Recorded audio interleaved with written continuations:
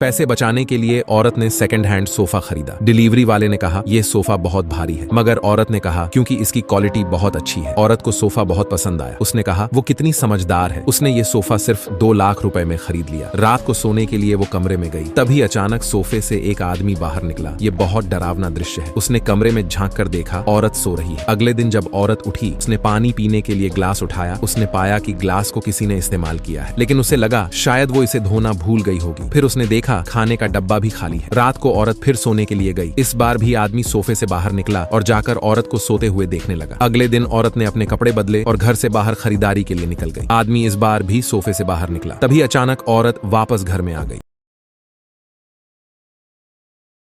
इस लड़की को किसी चीज के पैसे नहीं देने हैं क्योंकि इसने सुपरमार्केट से फ्री में सामान लेने का तरीका खोज निकाला है। एक दिन ये लड़की सोफे पर बैठकर चिप्स खा रही होती है, तभी उसे उस चिप्स का टेस्ट बिल्कुल भी पसंद नहीं आता है। इसलिए गुस्से में आकर वो उस कंपनी को शिकायत करते हुए एक मेल लिखती है। कुछ दिनों बाद उसे उसी कंपनी से मुफ्त में सामान खरीदने के लिए एक कूपन बुक मिलती है। फिर वो सुपरमार्केट जाकर बहुत सारी शॉपिंग करती है और कैशियर को पेमेंट में 1000 कूपन देती है, जिसे स्कैन करते करते उस आदमी के पसीने छूट जाते हैं और वही लाइन में खड़े हुए लोग पिछले 1 घंटे से उन कूपन को स्कैन करते हुए देख रहे थे। तभी कैशियर उन 1000 कूपन का बिल देते हुए कहता है, ये लीजिए मैडम आपकी ट्रॉफी। अब उसे एक आइडिया आता है। अब वो बहुत सारी कंपनियों को शिकायती ईमेल लिखती है, जिससे उसे बहुत सारी कंपनियों से फ्री के कूपन मिल जाते हैं। अब वो अपनी फ्रेंड के साथ मिलकर एक प्लान बनाती है और उन फ्री के कूपन से खरीदे हुए सामान को सस्ते दामों में बेचने लगती है, जिससे उन प्रोडक्ट से 100% मुनाफा उन्हें मिलता है। अब उन्हें इंटरनेट से पता चलता है कि उन कूपन की प्रिंटिंग उसी शहर की एक फैक्ट्री में होती है, इसीलिए वो दोनों उस फैक्ट्री से कूपन चुराने का प्लान बनाते हैं। अब वो उस फैक्ट्री के एक वर्कर को अपनी बातों में फंसाकर उससे रोजाना एक बॉक्स कूपन उस फैक्ट्री से निकलवा लेते हैं और उन कूपन से चीजें खरीदकर ऑनलाइन बेचने लगते हैं, जिससे देखते ही देखते उन्हें $40 मिलियन का मुनाफा हो जाता है।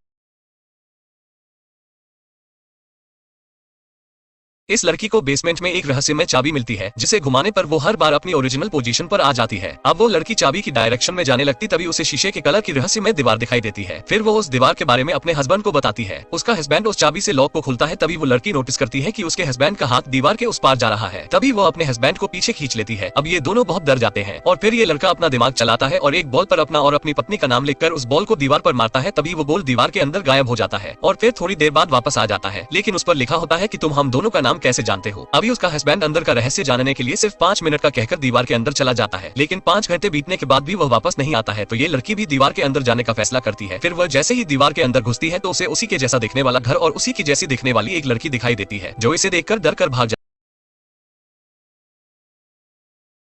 गुरीला ट्रक को धक्का लगा रहा होता है, लेकिन वो जितना भी पुश कर ले ट्रक अपनी जगह से बिल्कुल नहीं हिलता। जैक उसे कह रहा है जोर लगाओ, लेकिन गुरीले को अब समझ आ गया है कि यहाँ कुछ तो मसला है। वो जैक के पास गया जहाँ जैक ने हैंड ब्रेक नीचे ही नहीं करा था। गुरीला ने उसे अर्जुन कपूर बोला और फिर धक्का लगाया। इस बार ट्रक मूव होने लगा और थोड़ी देर बाद स्टार्ट हो गया, लेकिन जैक को याद नहीं रहा कि गुरीले को भी बिठाना है। गुरीला पीछे रह गया। फिर गुरीले ने एक साइकिल वाले को देखा और उसे आइडिया आया। उसने साइकिल को हाईजैक किया और ट्रक का पीछा करने लगा। जैक ने भी ये नोट कर लिया और ट्रक को साइड खड़ा किया, लेकिन गुरीला को ब्रेक लगाना नहीं आता था, जिस वजह से वो ट्रक से टकराया और अंदर चला गया और खुशी से डांस करने लगा। लेकिन थोड़ी देर बाद ट्रक पंचर हो गया। बहुत कोशिश करने के बाद भी जैक उसका टायर चेंज नहीं कर पाया। फिर गुरीले ने उसे इशारा किया कि मैं ये कर सकता हूँ। जैक ने पहले तो मजाक समझा, लेकिन फिर उसने गुरीले को मौका दिया और उसने कुछ ही सेकंड के अंदर टायर को चेंज करके नया टायर लगा दिया और गुरीला स्टाइल से बोला तुमसे ना हो पाएगा। पार्ट 2 के लिए लाइक करो।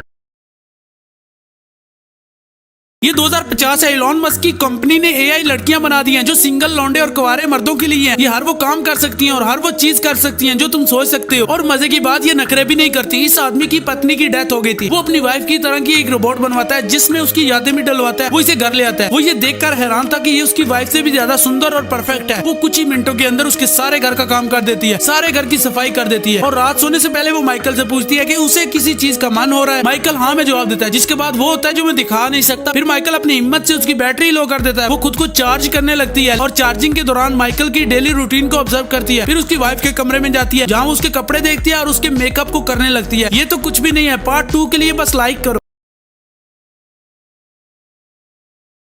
इस बच्चे की माँ का वजन 800 पाउंड से भी ज्यादा है। सुबह उठते ही वो अपनी माँ के लिए ब्रेड बनाता है और ये सिर्फ एपिटाइजर होता है। फिर मीट के 6 पीसेस को तैयार किया जाता है और उसके बाद एक बाउल मुकई का, जिसके अंदर बटर डाला जाता है। ये सब मिक्स करके खाने के बाद वो चॉकलेट केक खाती है। इतना खाने के बाद भी उसकी भूख नहीं मिटती। इसके बाद उसका पति उसके लिए बर्गर लाता है। बर्गर खाने के बाद वो कोल्ड ड्रिंक लेती है। यही उसकी डेली रूटीन है, जिस वजह से उसका वजन इतना ज्यादा हो गया है। अब तो उसको हेल्थ के इश्यूज भी आने लगे। वो अपने बेटे की अच्छी परवरिश भी नहीं कर पा रही थी, इसलिए वो डिसाइड करती है कि वो वजन कम करेगी। वो हॉस्पिटल जाती है, लेकिन जब उसका इसका वजन चेक किया जाता है तो ये 800 पाउंड के करीब होता है, जिसे देखकर वो रोने लगती है क्योंकि ये सब उसी की वजह से हुआ है। डॉक्टर उसका ट्रीटमेंट नहीं करना चाहता, लेकिन वो उसे लास्ट वार्निंग देता है। वो उसे कुछ एक्सरसाइज और डाइट बताता है और बोलता है कि 1 महीने के अंदर 60 पाउंड वजन कम करना होगा, जिसके बाद तुम्हारा ट्रीटमेंट किया जाएगा। सरप्राइजिंगली वो अपना वजन कम कर लेती है, जिसके बाद वो खुश होती है क्योंकि अब उसका ट्रीटमेंट दुनिया का सबसे बेहतरीन डॉक्टर करेगा, जिससे शायद उसका वजन कम हो जाए। वो अपना सामान शिफ्ट कर रहे होते हैं क्योंकि अब उन्हें हॉस्पिटल के पास ही जगह लेनी होगी। सबसे पहले डॉक्टर इसकी सर्जरी करेगा, लेकिन ये इतना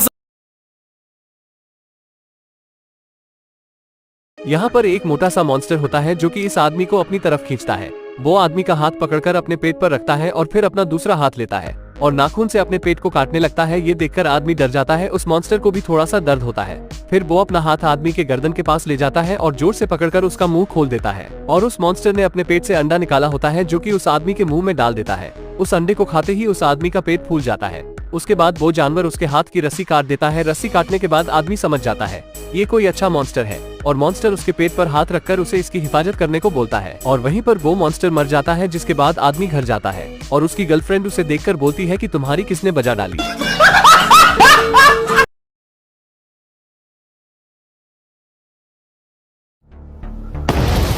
女人饲养了一只稀有的沙漠巨蛇，每隔一段时间都会带它做体检，查看它们的身体发育状况。她觉得这只嘴还挺大，于是把它带到了池塘，小心翼翼地放进水中。没想到大蛇遇到水之后，身体不断地增大，而早就习惯吃土的它，在水中根本没办法呼吸，没挣扎几下就凉了。紧接着，女人往大蛇嘴里插了一根管，很快流出来一种绿色液体，顺着管子流进了容器中。原来这是女人精心给巫师准备的饮料，服下它不仅可以法力大增，还可以把沙漠巨蛇进化几百万倍，让它变成令人闻风丧胆的存在。非常精彩炸裂的一部电影，强烈建议去看看原片，保证让你看得大呼过瘾。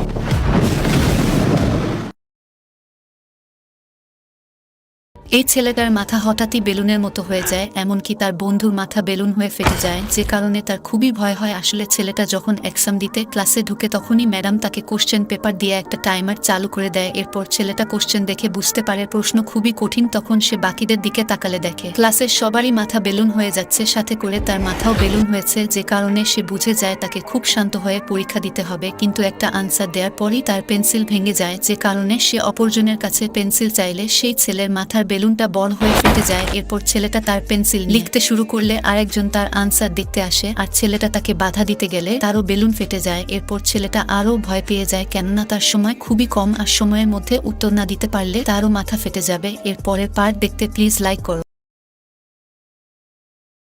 একবার এই হাঁস আর মৌমাছির মধ্যে এত বন্ধুত্ব হয়ে গেছিল যে তারা একসাথে খেত ও শুতো। কিন্তু এই হাঁসটা খুব চালাক ছিল, সে মার্কেটে বেলুন বিক্রি করত, আর যার কাছে বেলুন থাকতো সেই মৌমাছিকে দিয়ে তার বেলুন ফাটিয়ে দিত, আর এভাবে সে বেশি বেশি বেলুন বিক্রি করত। তারপর এই হাঁসটা মৌমাছিকে দিয়ে লোকের গায়ে ট্যাটু বানাতো, আর রাত হলে তাকে দিয়ে জামা কাপড় বানাতো। আর এই কারণে হাঁসটা খুবই ধনী হয়ে গেলে তার কাছে অনেক ফোন আসতো এসব নতুন ডিজাইনের জন্য। কিন্তু এত কাজ করে মৌমাছিটা খুবই ক্লান্ত হয়ে যায়, যে কারণে হাঁসটা মৌমাছির ক্লান্তি দূর করতে একটা বড় ফুলের বাগান বানায়, যেখানে মৌমাছিটা ফুলের মধ্যে এক সুন্দরীকে দেখতে পায়, যাকে দেখে সে এতটাই মুগ্ধ হয় যে সে সব জায়গার ডিজাইন তুলে দিয়ে হৃদয়ে ডিজাইন করে দেয়, আর এরকম করে সে সব কাপড় নষ্ট করে দেয়। তখন হাঁসটা মৌমাছির কাছে গিয়ে দেখে এসব এই সুন্দরীর জন্যই হয়েছে, যে কারণে সে ওই মৌমাছিটাকে মারতে শুরু করে। তখনই এই মৌমাছি তার বন্ধুত্ব ভুলে গিয়ে হাঁসকেই কামড়ে দেয়। যাওয়ার আগে লাইক করো।